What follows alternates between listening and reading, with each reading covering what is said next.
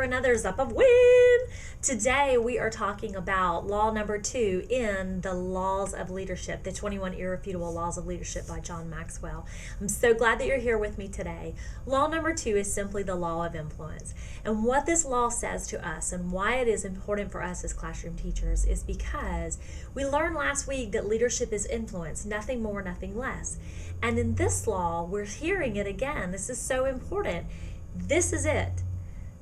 Influence is what it all comes down to. We know that many times there are people who have position or power, but they really don't influence us. Think about this in your own life. So is there maybe an administrator you work for, or maybe there is a leader at your church who has the position of leader, or maybe it's somebody on your board of education or somewhere, up in your state department or something, where they have position, but truly nobody's following them. Nobody desires to follow them.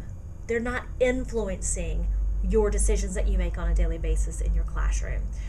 So we know that sometimes we go into a faculty meeting and we hear what's coming, from the top down, and they say this is the way we're going to do something, and everybody's, whatever. And then the 32-year veteran of the classroom speaks up in the faculty meeting and says, hey, I think this is how we ought to do it.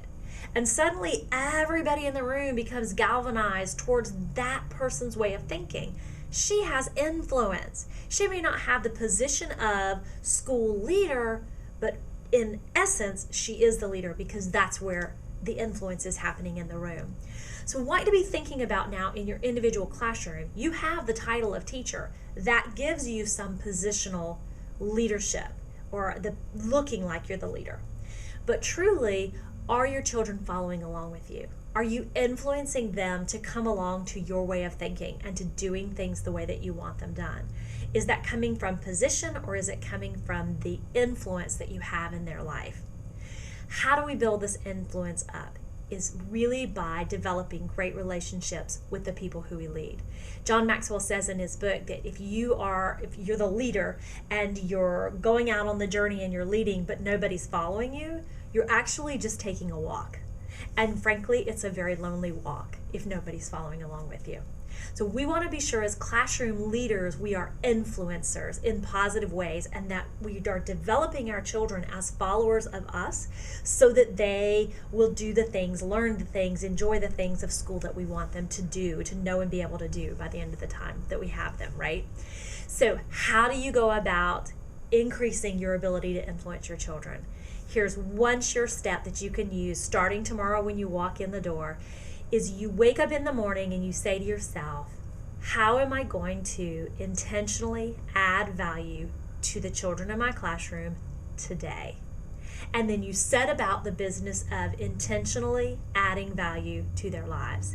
And you may pick one child to invest in that day intentionally, or you may pick the whole class to invest in and to add value to them.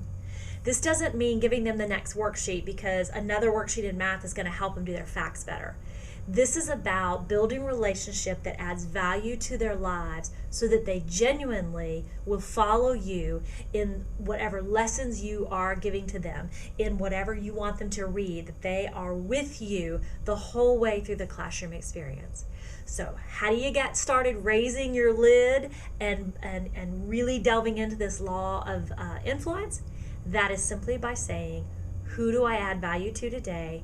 How am I going to do it? And then going into your classroom and living up to your intention.